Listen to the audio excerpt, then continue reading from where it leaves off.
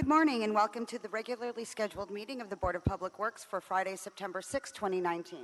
Commissioner Garcia, Cabello, Davis, and Caloza are present. Vice President Cabello, you do have a quorum. May we start with bureau introductions, please, starting with the bureaus. Emmanuel Perez, Streets, LA. Paul Blastman with LA Sanitation and Environment. George Espindola, Bureau of Contract Administration. Agop Tujian, Street Lighting. Sunny Patel, Bureau of Engineering. Good morning, Ted Jordan, Public Works General Counsel. Fernando Campos, Executive Officer. Vice President Cabello, we do not have any speaker cards under general public comment. We also do not have any commentary under the Neighborhood Council comments section. No speaker cards received for any of the items for today's agenda as well.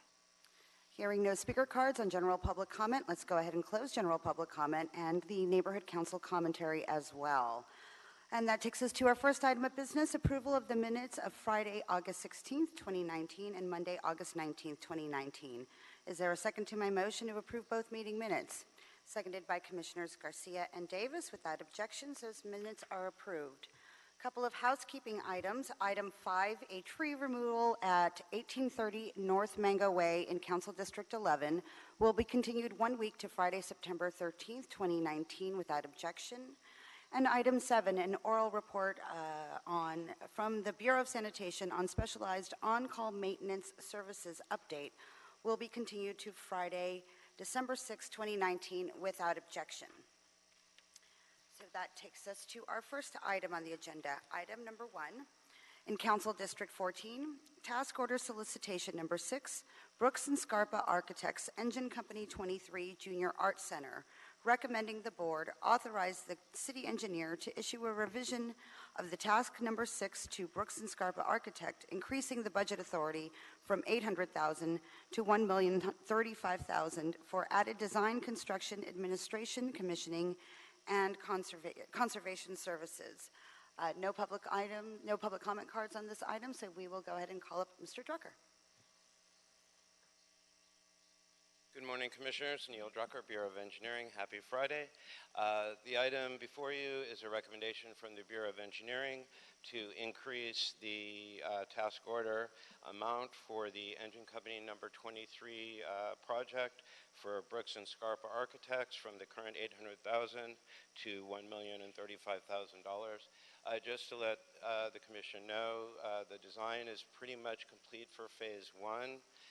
They're working currently on Phase 2. Phase 1 is just starting construction, and Phase 1 basically is going to take care of the core and shell, all the historic features of the project, seismic strengthening, and fire life safety to make the building able to get a certificate of occupancy at the end. The second phase will actually do the tenant build out, which is ultimately going to be a youth arts center. Just to let the Commission know, this project has taken a little longer than normal to go through the design process for a number of reasons. One, we've had a number of break-ins and actually a fire at the facility over the last few years. We've also had a little bit of a vermin problem the last few months, and General Services has actually had to go in on a number of cases, had to go in on a number of cases and remove asbestos, remove hazardous materials, remove a lot of trash from the facility. We've had to do a lot of temporary shoring and roofing work, and each of those items, as they sort of destroy the building, we've had to go back to the architect and have the architect do more work. We're currently in the first phase of the actual Phase 1 construction, which is removing all the historic material. And as the architect and the historic architect are starting their work, what they're seeing is that a lot of the material is a lot more damaged than we thought, and they're having to do a lot of handwork. And a good portion of this cost is to allow that work to go on, because we're going to have the conservator 24/7, basically. Whenever GSD is working, the historic conservation architect will have to be present to watch, and literally they are taking it out tile by tile, brick by brick, marking each one, storing it in a box that's labeled, and then they'll be looked at. Each item will be looked at and determine, can it be saved or will it have to be replicated? And the idea is to reuse as much of the historic material as possible. Whatever we can't use, then we will replicate it. But the end result, we want the building still to retain the historic character and flavor of the 1920s fire station that it is. Thank you. Any questions? Commissioner Davis. The timeline for completion based upon the current schedule is when? Based upon the current schedule, we're looking at, for both phases, about 2.5 years. We're still going through the community process right now. We're having what are called our LVNOCs, or Local Voluntary Neighborhood Oversight Committee meetings, and we're also working with the Department of Cultural Affairs to do a number of charrettes with the community.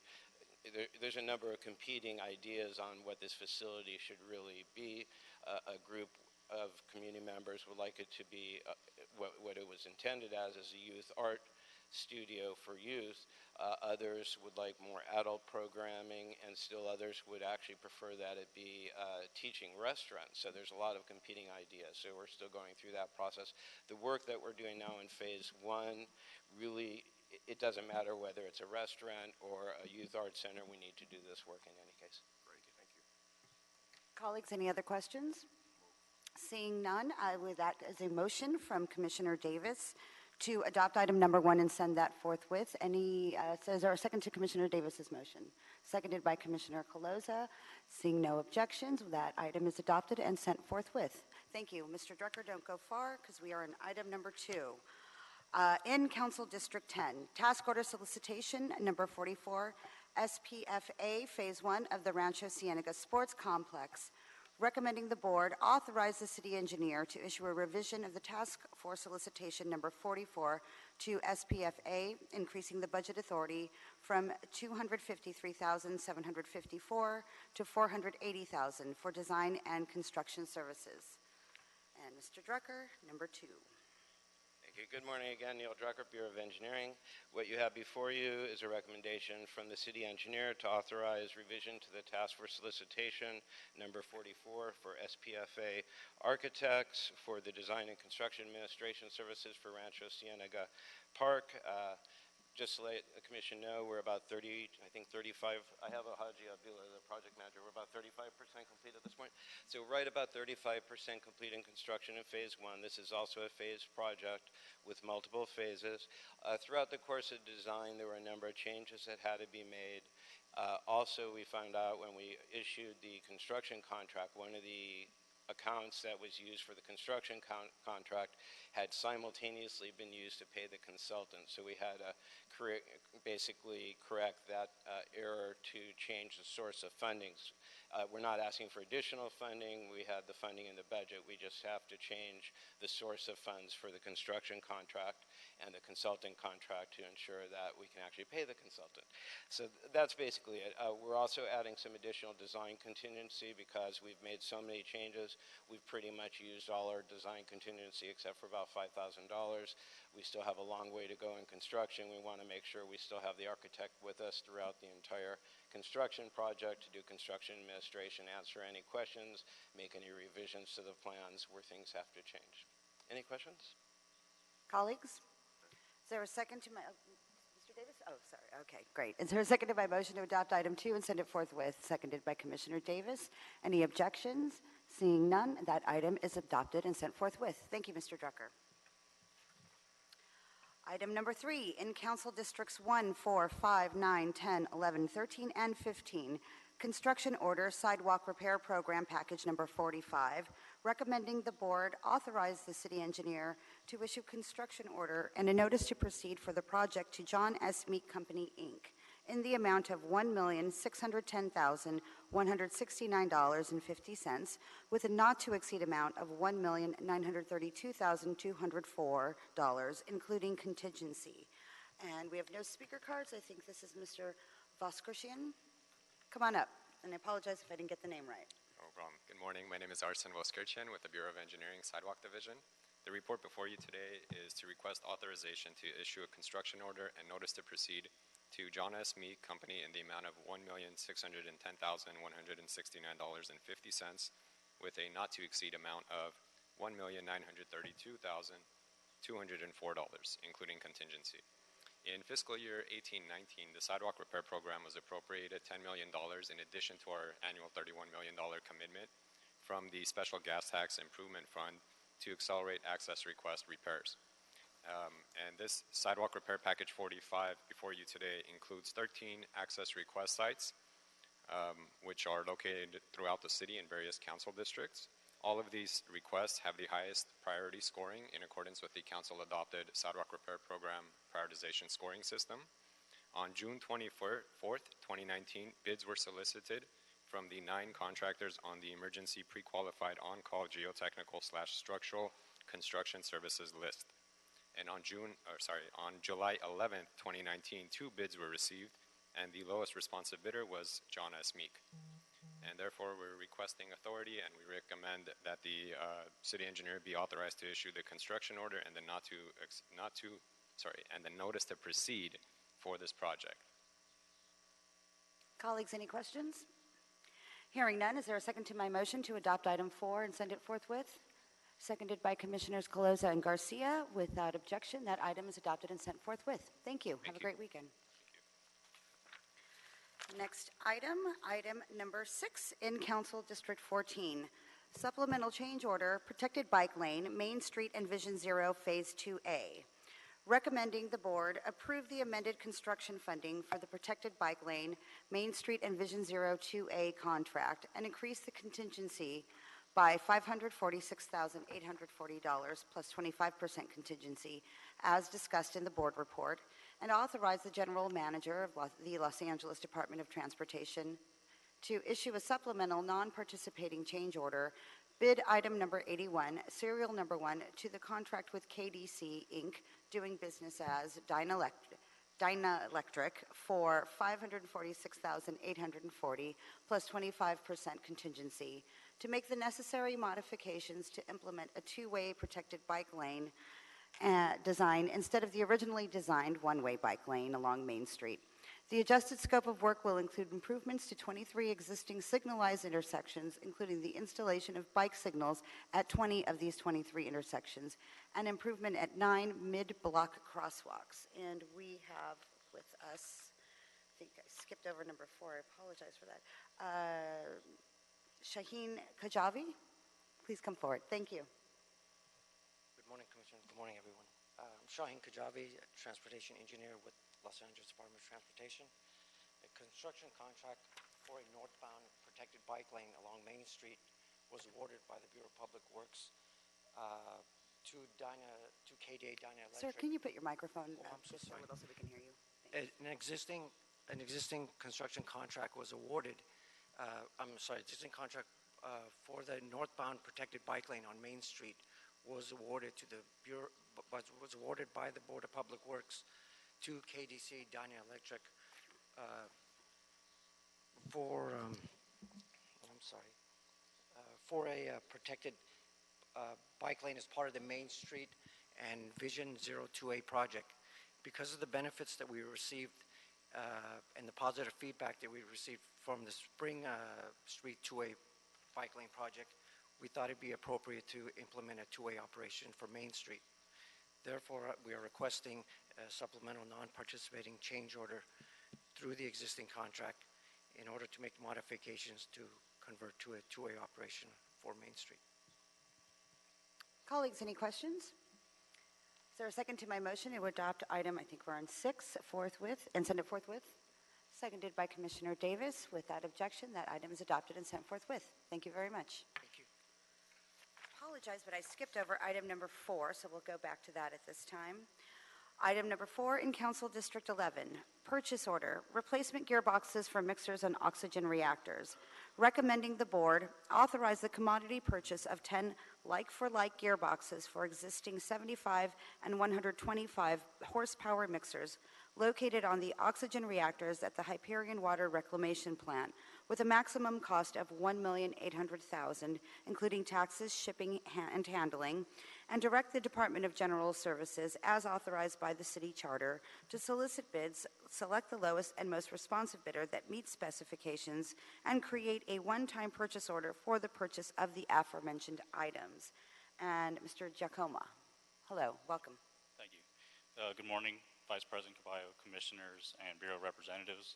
I'm Christopher Giacomo, Wastewater Treatment Mechanic Supervisor for LA Sanitation, Hyperion Water Reclamation Plant. And the purpose of this report is to request board approval in the purchase of 10 secondary reactor mixer gearboxes. Operational background is Hyperion's secondary treatment process utilizes high purity oxygen mixed with beneficial microorganisms to metabolize the suspended solids and BOD remaining in the effluent after primary treatment. This mixing occurs in a 4-stage reactor tank where the oxygen is injected and mechanically mixed with the effluent to accelerate the microorganisms removal of this TSS and BOD, and it's required to maintain the plant's national pollutant discharge elimination system permit compliance. Hyperion must keep 55 out of its 135 available mixers online at all times to maintain sufficient mixing treatment process. Existing mixer gearboxes are original to the build in 1996. A recent evaluation in 2018 found that 46 of 59 units were required for immediate major repair and replacement within 5 years. Our current project is a multi-year replacement plan. We will be replacing 10 this year, 10 the following year, and assess the units replaced for future rebuild and continued use. The replacement labor will be done in-house by maintenance staff, and the purchase will go out to bid by GSD with a maximum cost of $1.8 million. Thank you. Just for basic information, these mixers have a lifespan, a general lifespan of about 5 years. Is that right, what I heard you say? I believe it was more of 15 to 20. Okay, 15 to 20 years. Okay. So they've surpassed that. Got it. We've had failures that have damaged existing boxes that are no longer able to rebuild, and the marine environment has also played an impact on their housings. Great. Thank you. Commissioner Coloza. Thank you, Vice President Cabello. I just had a quick question. You mentioned that these are being purchased through GSD. Correct. Okay, could you just explain why that purchase was happening through GSD? I only asked for my own clarification just because I think I haven't seen that done previously. Hyperion maintenance staff, utilizes purchase orders for most major purchase orders. These are non-contract items, so they'll be going through the standard GSD bidding process. Yeah, I agree. The GSD is the city's purchasing agent. So whenever we have things of this nature where we're just purchasing the part rather than awarding the construction project. If it's a construction project, the contractor provides the equipment. When we're doing these things, all we're interested in getting is the piece of equipment, then it would be common for the GSD as the city's purchasing agent to handle the actual purchase in the same way they do with vehicles and other pieces of equipment. And I, at one time, was their general counsel as well. So they follow fairly strict bidding processes, just like the board does. Okay, got it. Thank you for clarifying. Thank you very much for the assistance, too. Any further questions? Is there a second to my motion to adopt item 4 and send it forthwith? Seconded by Commissioner Garcia and Davis. Without objection, that item is adopted and sent forthwith. Thank you. Very much. Have a great weekend. This takes us to our last item, I believe, on our agenda, and item 8. It's an oral report, a status update on major upcoming street improvement projects. Ms. Valencia, welcome.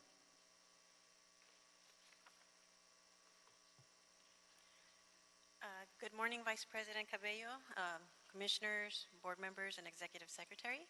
My name is Aida Valencia. I'm Street Services Superintendent 2 for the Resurfacing Division in the Valley.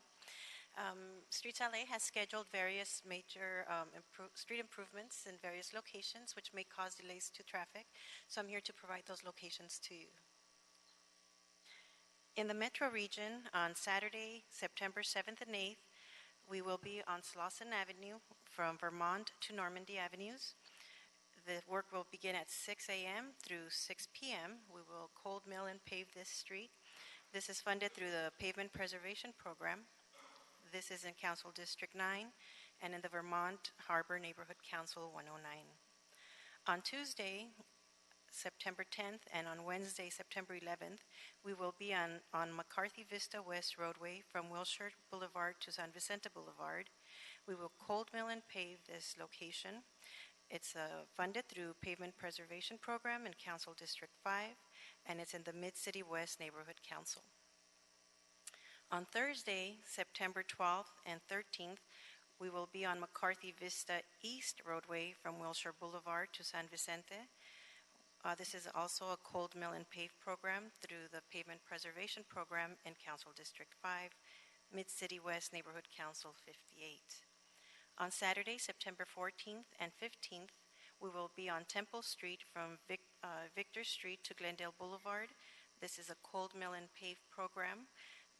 We will be there from 6 a.m. to 7 p.m., and this is through the Complete Streets program. Council District 1 in the Greater Echo Park Elysian Neighborhood Council 44. In the Valley region, on Saturday, September 7th and September 8th, we will be on Shoup Avenue from Satakoy Street to Sherman Way.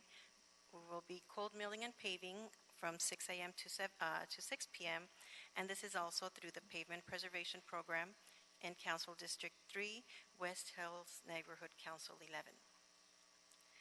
On Wednesday, September 11th, we will be cold milling Strathern Street from Louise Avenue to White Oak Avenue from 6:30 a.m. to 4 p.m., and this is through the Pavement Preservation Program, Council District 12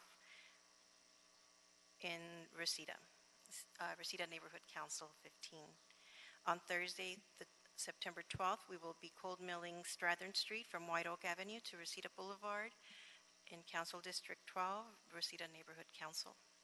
And on Saturday, September 14th and Sunday, September 15th, we will be on Van Owen Street from Sepulveda Boulevard to Haskell Avenue, Council District 6 in the Van Nuys Neighborhood Council. We have notified DOT asking for assistance. We've notified the stakeholders, and we have disseminated press releases. And that concludes my presentation. And I'm assuming you also notified the council offices. Yes, we That's did. included in Sorry. the stakeholders. Just Yes. triple checking for the record. Yes, ma'am. All right, wonderful. Colleagues, any questions? Hearing none. Thank you so much, Ms. Okay, Valencia. thank you. Have a great week. Oh, I'm so sorry. One question, Commissioner Garcia. Aida, Ms. Valencia, is this your first time presenting, or you presented before? This is my second time. Oh, your second time. Good job. You did a good job today. Thank you for Wonderful the job. Yes. Thank you. Welcome and come back. Thank you. Dr. Campos, does that clear the desk? Yes, you have. If so, we are adjourned. Have a great weekend, everyone.